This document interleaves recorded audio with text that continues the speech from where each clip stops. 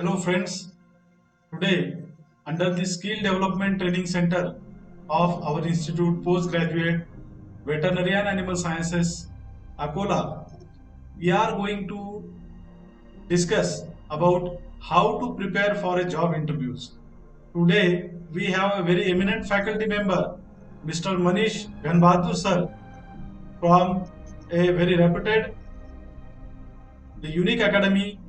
He is working as a faculty there and he is with us to interact with you all regarding how you are supposed to prepare for various kinds of interview. Because as a postgraduate student, you are going to face interviews at every stage. Whatever we are facing the type of examination, Viva OC is another kind of examination. But interview is a platform where the interviewer or the employer is going to screen you about your attributes, about your qualities, about your presentation skills, and many more facets of your personality. And that's why we are supposed to understand what are the requirement for appearing for the interviews or to crack the interviews, what are the key points to be considered.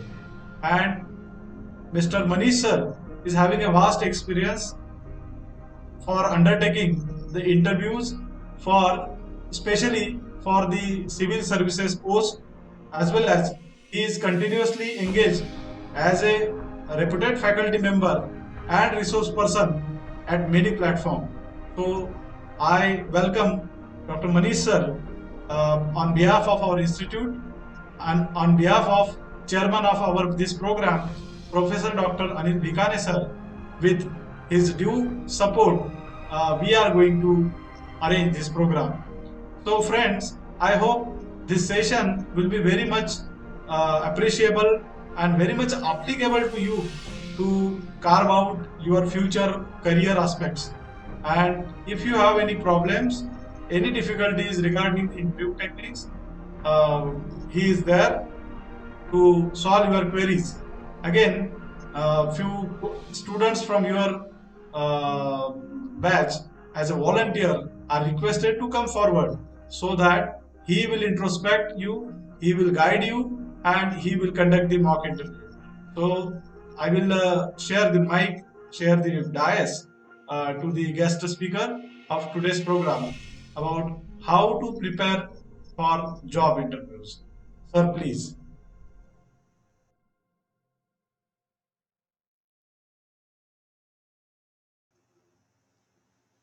On behalf of the Postgraduate Institute of Veterinary and Animal Sciences, I would like to welcome you all to this webinar related to how to prepare for job interviews.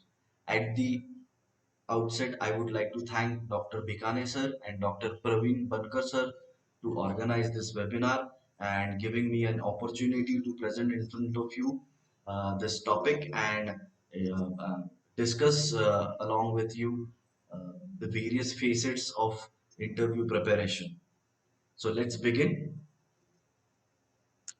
Today we are going to discuss certain aspects of the interview process. We will first discuss what is the meaning of an interview, how do you define an interview, okay, and then we would take a look at the purpose of an interview. Then we would discuss further the types of an interview, and then we would take a look at the focus areas from which the questions are asked. And to conclude, we will take a look at the manners and etiquettes during an interview, which would include the body language and the dressing. And then we would end our discussion with some key interviewing tips. So, what is an interview? An interview is basically a conversation in which there are two parties. So, one party is the employer organization or the employer, we can say, and the other party is the employee or the candidate. So, it is a process in which both these parties share some information with each other. Now, that information is related to a specific purpose. The employer is looking to find out some thing, and the employee can also, look forward to gaining some information about the organization. So Basically, the person who conducts this interview is called as an interviewer, and the one who is appearing for the interview is called as an interviewee. So what do you see? I mean, what is the purpose of an interview then? So the purpose is twofold, as we already discussed that there are two parties to the interview. So we would see the purpose of an interview from two perspectives. One is the employer perspective, and other is the candidate perspective. So the employer, from the employer perspective, the purpose of an interview is to find out whether a particular candidate is a best candidate for a job. So how do then the employer goes ahead and find out whether a particular candidate is a best fit or not?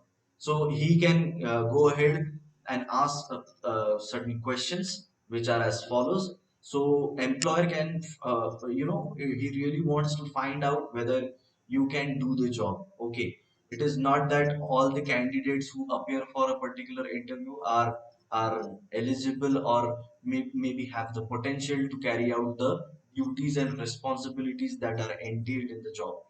So the employer is really interested in finding out first whether a particular candidate can do the job. How does he find it out then? So he can, ask questions related to your background, which may include questions related to your educational background, your skill set, and if you have any experience in that particular job. Okay. So the employer is also interested in finding out whether you have the necessary skill set which will help you perform efficiently in the job. So it is every job is a combination of an educational background and a skill set that is required for you to perform the job efficiently.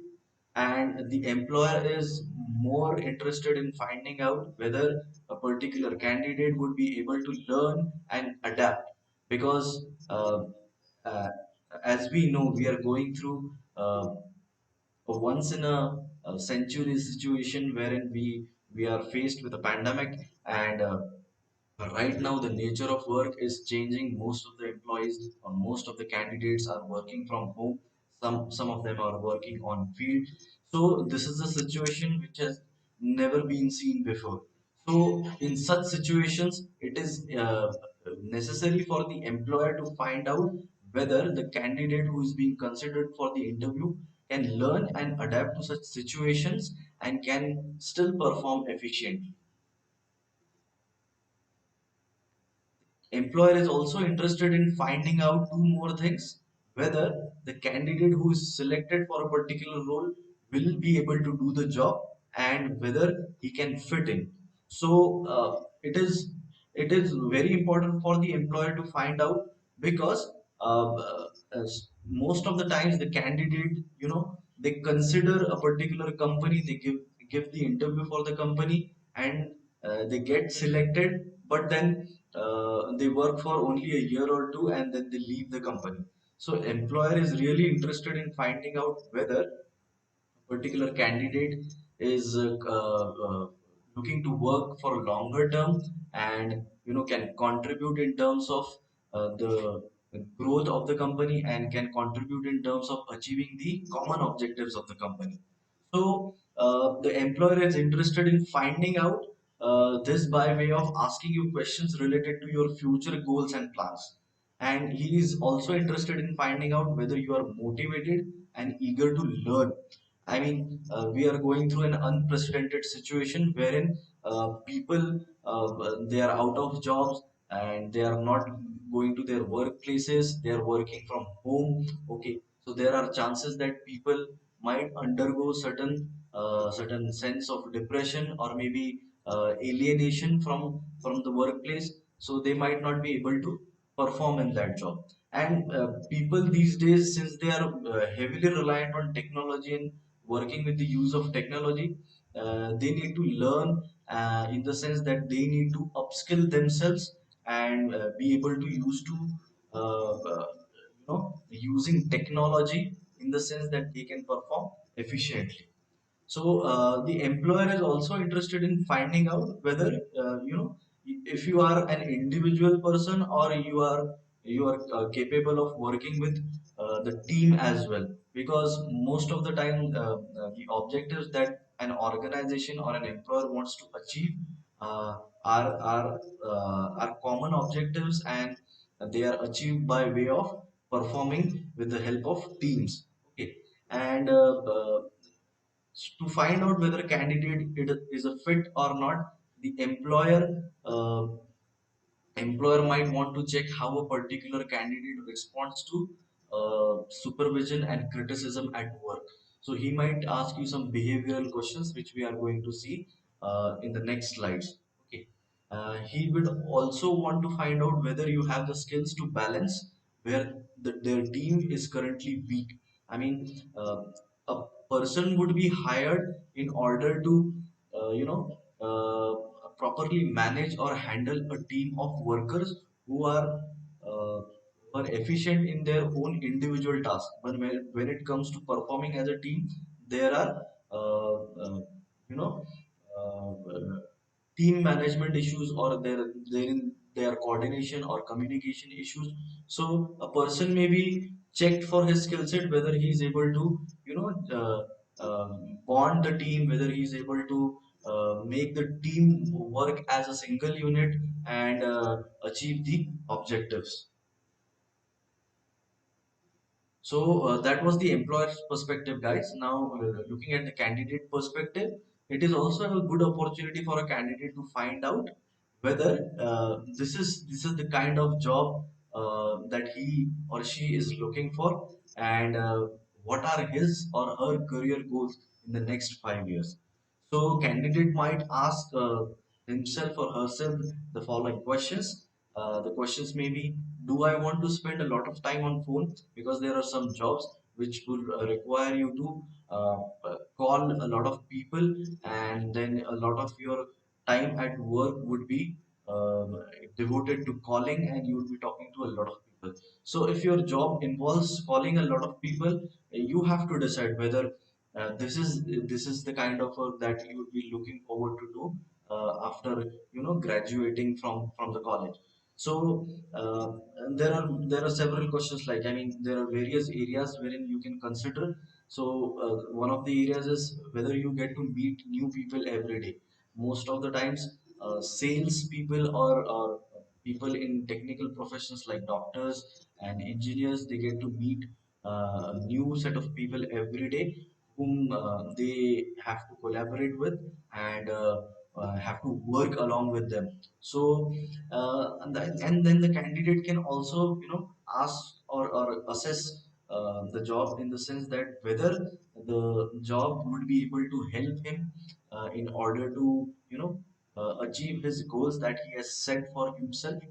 Okay, so these are the areas wherein the candidate can also uh, uh, gain information from the employer, or maybe during that process he can also come to know about this information, which is crucial to or her own interest. Candidate might also find out the kind of work schedule that he or she wants, whether, I mean, in the sense that whether this position or this role or this job requires overtime, whether a candidate would be required to travel, and if there are any evening hours involved. Most of the time we are looking for 9 to 5 kind of job people, and a lot of job these days are do not fit in that category. So this is a question wherein, I mean, every candidate or every person thinks that a government job also entails limited number of working hours, but the reality on ground is very different. So these are very crucial questions, however simple or however obvious they might seem. So then moving on, the candidate might also be interested in knowing the kind of work setting that he or she wants. So as I said, we are in the middle of a pandemic, and most of the people are working from home. So the candidate might be interested in knowing that, do I want to work mostly in the office, or there are flexi working hours wherein some days I can work in the office, and for some days I can work from home. And do I want travel involved? I mean, a lot of people are not in favor of traveling, but most of them have to undertake a couple of hours of traveling in big cities and metros. Okay, so travel apart from 8 to 9 hours of work, candidates also need to take into consideration the number of travel hours that are involved while considering a job offered by a particular employer. And then the most important question for most of the candidates who are who have studied in their native town, or who have studied in an institute which is not far away from their hometown. And the one most important question is whether they are willing to relocate. So all this information can be found out through the process of interview. The process of interview is where the employer shares this information to you, and you also share some information to the employer. So what are the types of interviews? Then there are basically there are seven eight types of interviews. We'll take a look at them one by one. So the first is campus interviews. So campus interviews are basically those interviews wherein when the students are in their final semester or in their second last semester, some of the organization or employer visit the campus for campus recruitment. So the companies are invited by the training cell of the campus, and they screen the candidates and they interview the candidates and make some offers if they find a suitable candidate for their particular position or the job that they are offering. So what then the candidate needs to do during such interviews? Campus interviews are the best interviews that happen in any institute across the country, because it is an opportunity wherein all the other process is facilitated by the training or placement cell of the college, and the candidate just has to present himself and prepare for the job that the employer is offering. So the candidate does not have to take care of arranging for the interview, checking for the employer details, and so on and so forth. So it is facilitated by the institute, and the candidate just has to appear for the interview. So he can do it with a sense of enthusiasm, and there are high chances that if the candidate is able to project his potential to the employer in a right manner, then he or she might get the job offer on the campus itself before even passing out from the institute. Then there are screening interviews. This type of interviews are used when an organization is trying to get you out of the campus. So screening interviews are basically, they happen on the telephone, wherein the employer is considering the candidate as a potential future employee, and uh,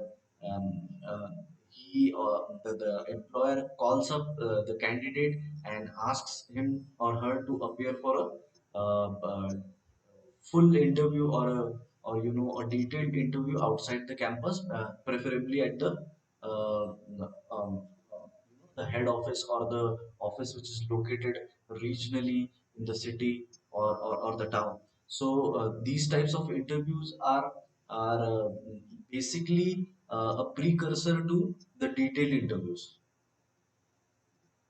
Then there are group interviews. Group interviews are mostly a feature of uh, uh, students who are appearing for interviews during the competitive exams recruitment process.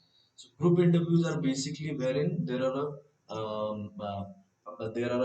is a panel of members, and all the members are asking you questions. They may be simultaneous or they may be back to back.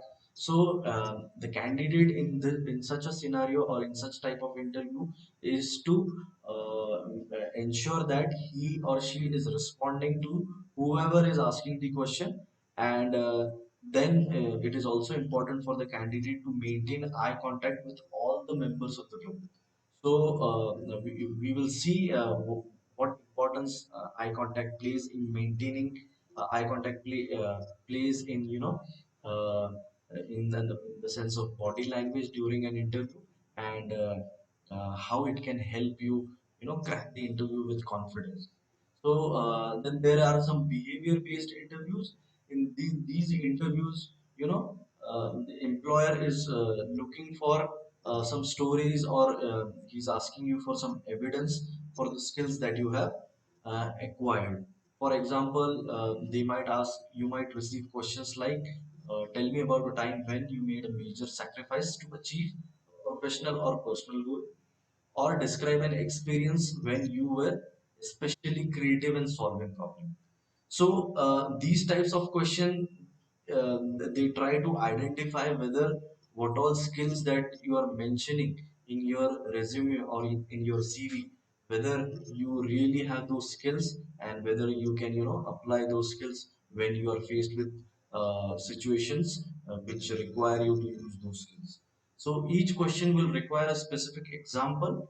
So the candidate is advised that they can take time and they can recall certain incidences wherein their skills were put to use and they were able to deal with the situation efficiently or effectively. Then there are non-directed interviews.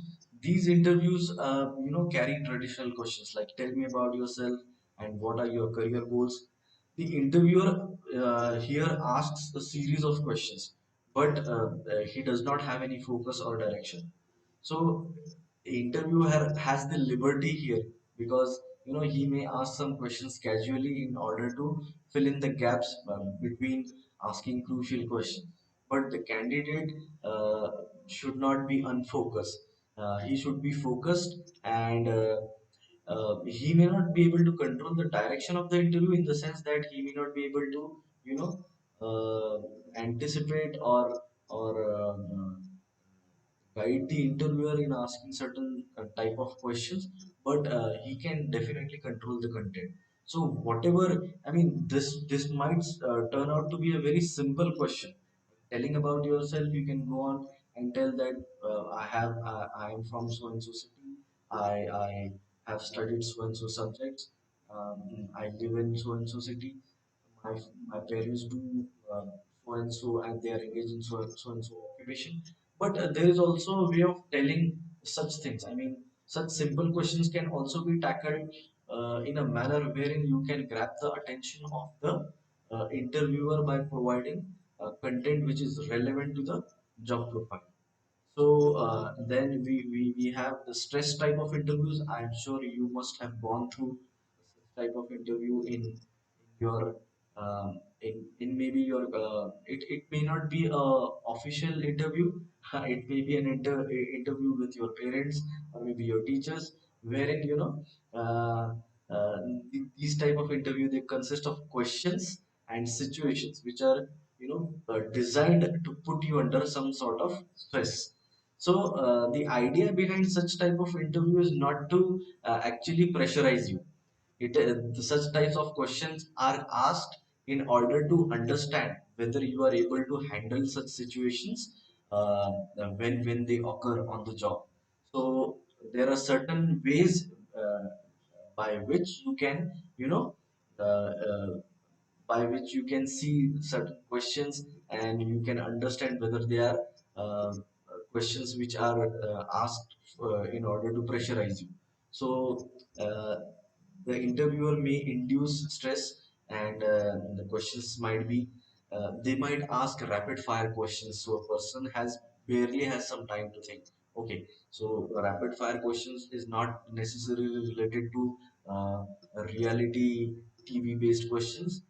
These questions might be anything ranging from various areas related to your background, your interest, your hobbies, your family, your education, your skills. So as soon as the interviewer is asking the the first question, and before you end up with the answer for the first question, he might come up with the second question, or the other panel member might come up with some other question. So they are just trying to understand how you deal with multiple questions coming from multiple people, and whether you have the ability to deal with all these questions in an effective manner. So if in this type of interview, it is very important for you to understand that you can also use silence after you have just completed an answer. Because if the interviewer maintains silence, it is okay. But if you may I mean, you also have to maintain silence once the interviewer has stopped asking questions. You can maintain the silence after answering all the questions that were uh, uh, uh, thrown at you. Okay, so this is a test of silence, wherein if the interviewer breaks the silence first, it's okay. But if you break the silence, then you lose. So it means that you are not able to handle silence as a pressure tactic. So silence is one way of pressure tactics, wherein the interviewer is trying to test whether the candidate gets uncomfortable when there is a moment of silence in the interview. So these are certain ways by which the employer can induce stress in the interview process. So let's move ahead. So what are the focus areas on which the questions are asked? So there are following, areas wherein the questions are asked during your interview. The first area, or the first focus area, is related to your credentials or your background verification. So these questions include factual details about your background. For example, what is your percentage? What is your GPA? What all subjects did you study in your graduation, post graduation? Where are you from? What is your parents' occupation, etc. Okay, and then there are experience verification. So generally, an interview starts with the credential or background verification questions. So how do they verify? What do they have in front of them? They might be having your CV or your resume, or in case of competitive exam, they might have a detailed application form that you might have filled before going in for the interview. So on the basis of that document, they are trying to verify a certain information that you have uh, um, mentioned in that particular resume, CV, or the detailed application form. Then there are some experience verification questions. So such questions include, suppose a person is a fresher, he may not have any industrial experience, but he has studied certain subject. So the questions might be like, what did you learn in a particular class, in a particular subject or a particular topic? And what were your responsibilities in that position if the person has some experience. So a position may not necessarily be official, or it may be as a student also. So there are various activities that happen during your college life. So there might be certain events wherein you might have taken the lead, or you might have anchored for the program, or you might have moderated the program. So these are positions of leadership or responsibility. So they might ask you your experience related to that particular position which you held during that event. Then there are opinion questions and behavioral questions. So opinion questions might include anything. I mean, your opinion on any topic, or any subject for that matter. So they might give you a situation, and they might ask you, what if you were in this particular situation? What would you have done? Okay, for example, let me give you a situation. Say if, you are traveling by your bike, and you are traveling from your institute to your hostel, or maybe your home. And in in the I mean, while traveling back to your home, you see that there is a person which is lying on the ground, and this person has been badly hit by another vehicle, and he has broken his leg. So what would you do? So these are some such certain situations wherein they are trying to check how do you respond to these situations. Okay. Then there may be questions related to your weakness and your strengths. Uh, then there might be questions which may be very generic in nature, and might be something like this. Do you think India can become a superpower in the next 2 decades? And they can ask you how. So, apart from your subject knowledge, apart from all that you have studied and all that you have experienced, it is also important for you guys to have a knack of reading newspapers and keeping abreast of all the current happenings around us in the country.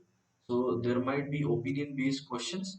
So such questions are there to test your opinion, not your knowledge about the particular topic or issue. Okay.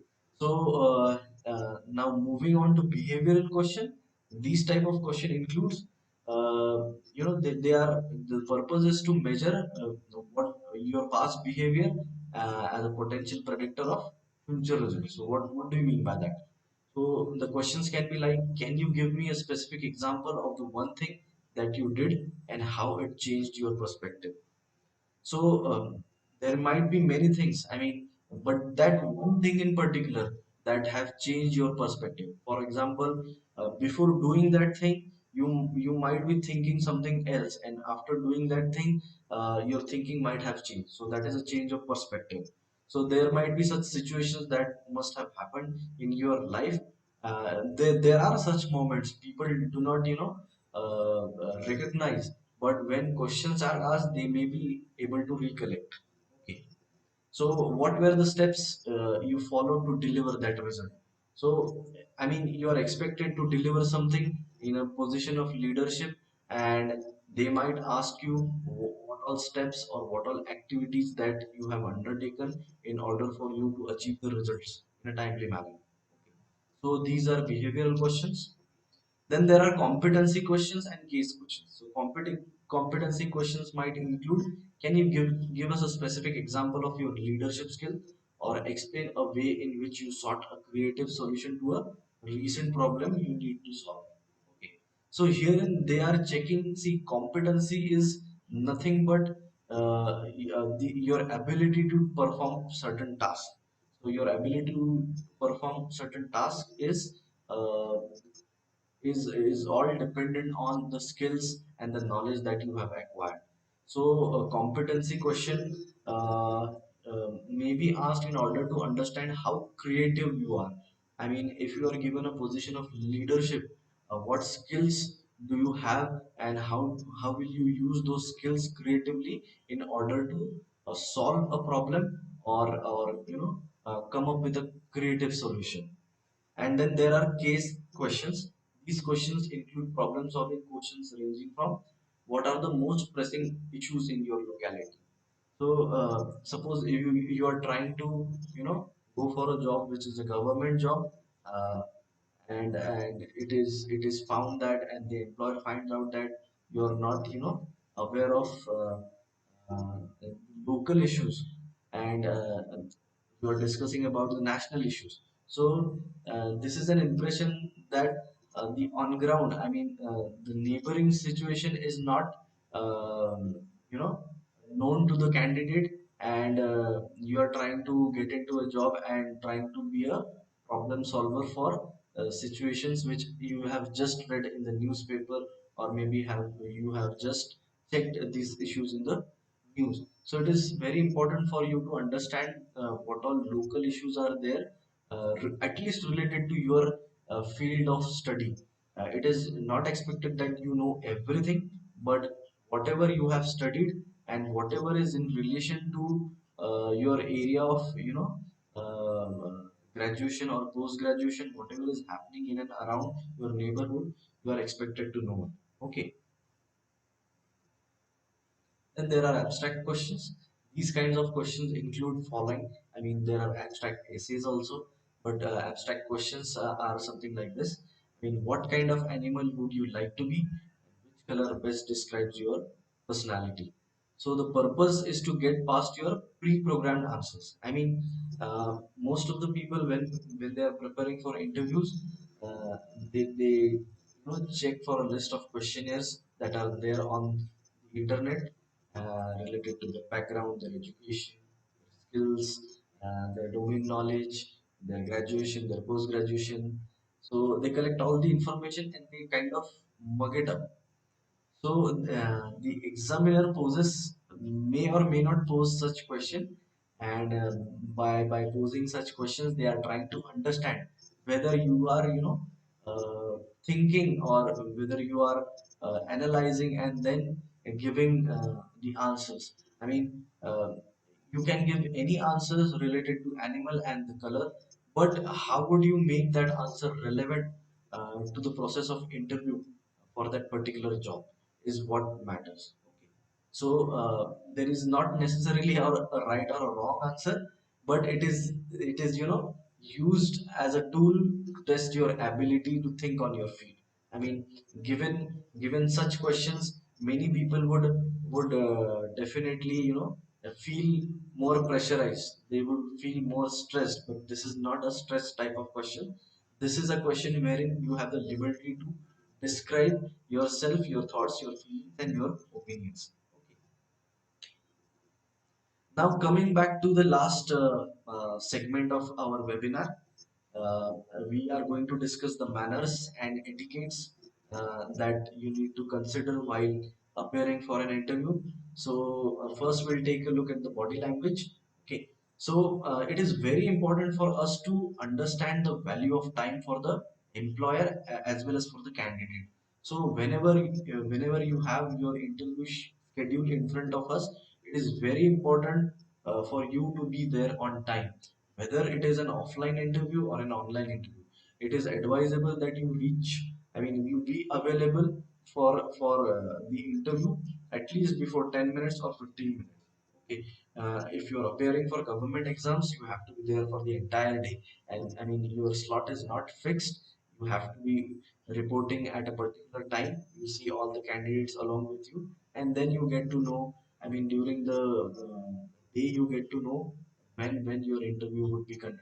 So you might be called in the morning, and your interview might happen in the last slot of the day. Okay. So there are some etiquettes when if basically if you are going for an offline interview, then before entering the room, you should ask whether may I come in, and you should enter only when you are allowed to do so. If somebody is not responding to your request of letting you come in, then you need to stand at the door itself. You cannot directly go in without any response from the interviewer. Okay. After entering the room, it is your primary responsibility to greet the interviewer or the panel members.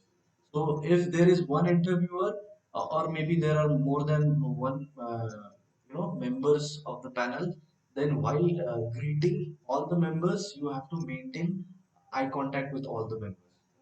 It is very important. I mean, you cannot go and just greet one of the members and leave the rest of the members. It would look very unprofessional. Okay, you remember, this is your first impression that you are making while you know even before appearing for the interview. So it is very important for you to maintain eye contact and greet each and everyone. And after greeting, I mean, I have seen most of the candidates, uh, not asking for permission to sit, and they directly sit on the chair. And sometimes the panel member asks the candidate to get up, take the permission, and then sit. So unless and until you have been asked to do so, do not take your seat. So two things: do not enter the room unless you get a response, and do not sit on the chair unless you are asked to do so. I'm sure the every interviewer, nobody would keep you standing. Every interviewer has the tendency, they are in a flow. As soon as you enter the room and greet all of them, they will definitely ask you to take a seat. Okay. So, during the interview, you have to maintain a comfortable amount of eye contact. So, an eye contact should not be, like a staring to a particular member of the panel, and it should not be uncomfortable to the panel members. So, whenever you are there in the interview, you need to ensure that you are smiling and maintaining eye contact with all the members, irrespective of who has asked you the question, okay, or whom you are answering to. Suppose there are five members, and say out of those five, the leftmost member in the panel has asked you one question. So it is a general tendency that students or candidate tends to look to only that particular panel member while answering the question. So when you are asked with a question, while the panel member is asking that question, it is your duty to look at him or her in order to understand the entire question. But while answering, you have to maintain eye contact with everyone and answer in a manner wherein they feel that you are answering to everyone, not just the member who has asked you the question. So, and it is very important for you to express yourself clearly. You should use complete sentences. Very, very important that you do not use any slang and you do not use, rambles. By slang, I mean you cannot go ahead and use words like yeah, okay, and the words that you are using during, informal conversation with your friends and family members.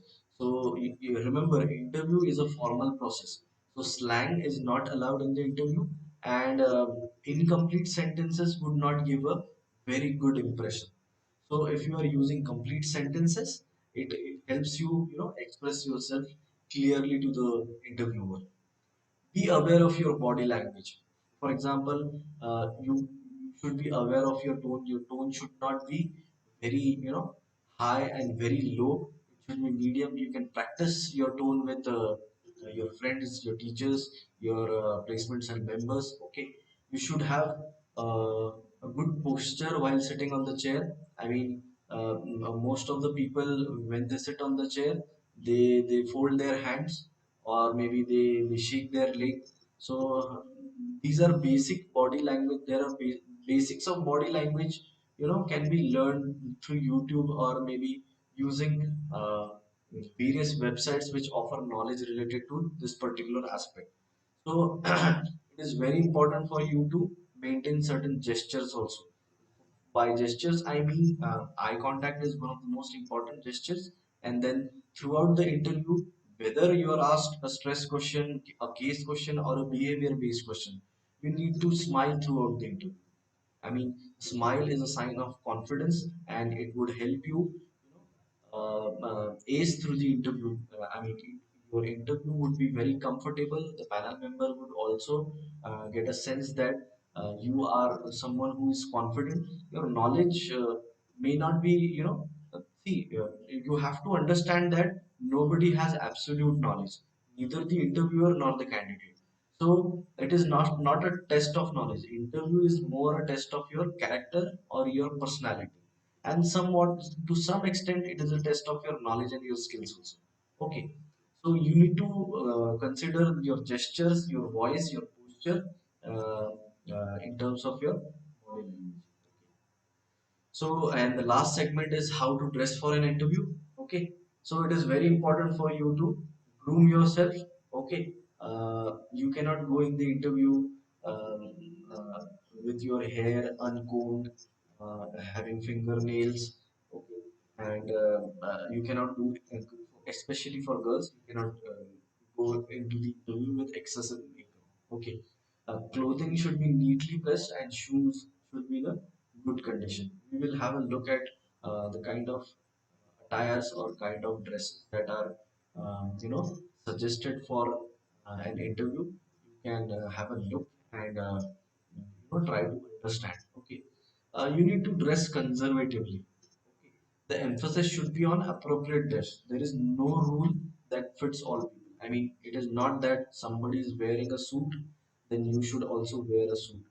So, for example, if you're traveling from an interview in Mumbai, and a place like Mumbai is humid, so however you might think that you should be able, you should wear a blazer or a suit for the interview, but given the climatic conditions, you should um, uh, consider wearing a formal shirt and a trouser, wherein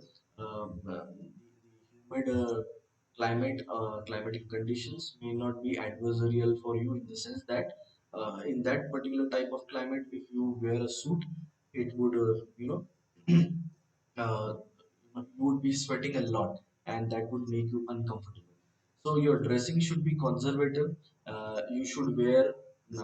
I will discuss it in my later slide. So what do you mean by conservative dressing? You can get a sense of it from the images that I will show you in the next slide. So for male and female professional, a conservative and properly fitting business suit, shirt and trouser or salwar suit is recommended. Jewelry, like it is unless and until it is related to uh, you know certain customs or rituals, jewelry should be limited. Okay, beards and mustaches are generally accepted when they are nicely groomed. I mean, you cannot have long beard and you cannot have mustaches which are not properly groomed. So it is you can have a look for a proper mustache or groomed beard uh, on a, yeah, I mean, using through Google. I mean, you can check with your friends also who have beards and mustaches and they maintain it, or you can understand it with the help of a barber. Okay.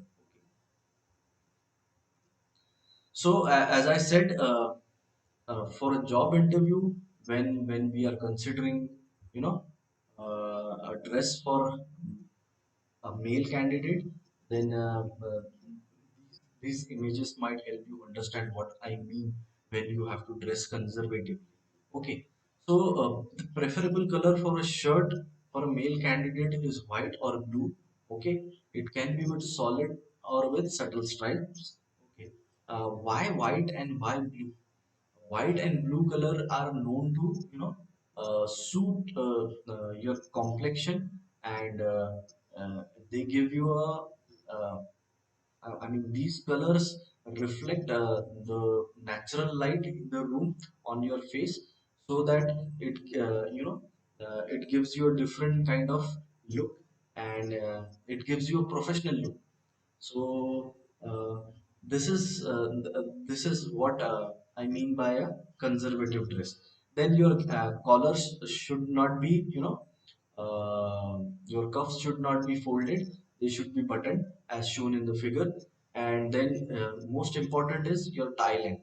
Your tie length should be from Thailand should be up till the tip of your buckle. So it is advised that you have your shoes and your uh, belt of a matching color. I mean, you can have dark color shoes, black color shoes, then you cannot go with a brown color belt. So it would be a bit odd. Okay. So preferably for any interview, you should have dark color belt and dark color shoes, preferably black or maybe a dark brown shoes. Okay. So this is there for male candidates, and then when we look at female candidates, uh, there are two type of dresses. You can either use an Indian dress code or a Western dress code. So in both the cases, it is very important for female candidates to have a professional hairstyle. Okay, by professional I mean there are different types of hairstyle. You cannot go to an interview with a festive hairstyle. Okay, and then when it comes to makeup, you should have very light makeup, as initially discussed. You should have little or no jewelry. The only thing that you can put on is wristwatch maybe, and then when you are considering a Western dress code, the length of the skirt or a straight pant should be knee length. Same is for the kurta or the Indian dress, and you should have professional or conservative shoes. By conservative, I mean that you should not walk into an interview with a Western dress and an Indian, dress, and you are wearing a sports shoes underneath it. It does not look professional.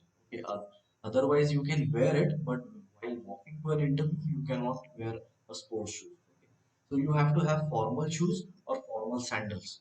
Okay. So there, in the last segment, we have some interviewing tips. Okay. So the first thing is, whenever you have to answer questions related to your personality or your skills, you can let others speak for you. So what do you mean by that? So, for example, my boss, my teacher felt some of my most valuable attributes were that I could always be counted on to get a project done on schedule, and that details had all been taken care of. So this is like, instead of you speaking for yourself, you can, recollect an incidents wherein you are praised by your teacher, or some family member, or some event organizer, wherein he has, appreciated your skills, and you can tell this to the interviewer. Or you might quote a customer. This is for someone who is, who has some work experience.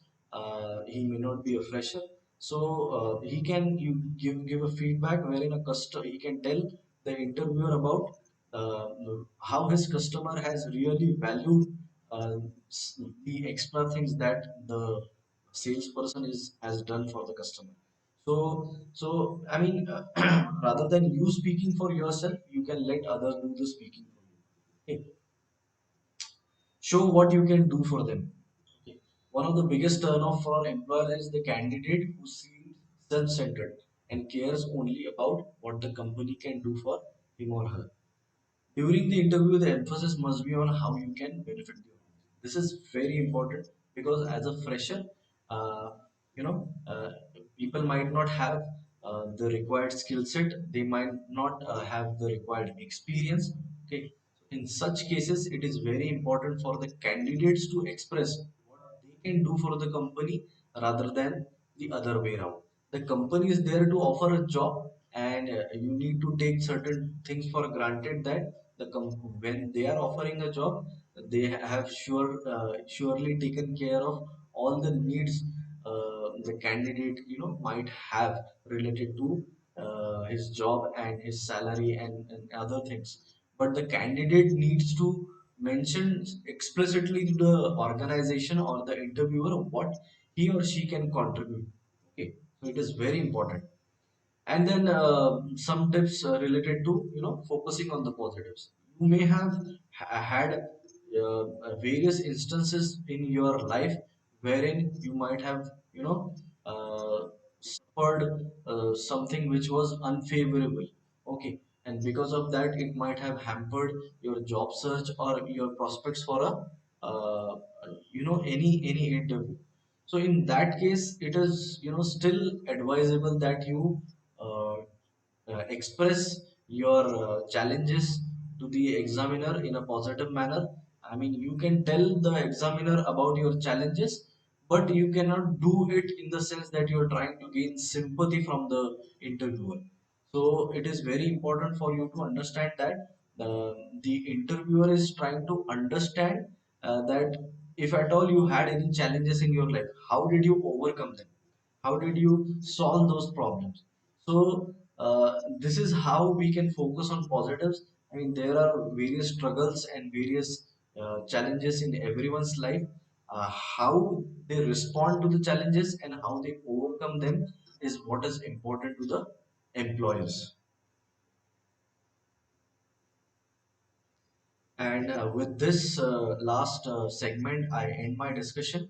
I would again like to thank the Postgraduate Institute for Veterinary and Animal Sciences and the organizer for giving me an opportunity to present this webinar related to how to uh, prepare for job interviews with you all. Thank you very much.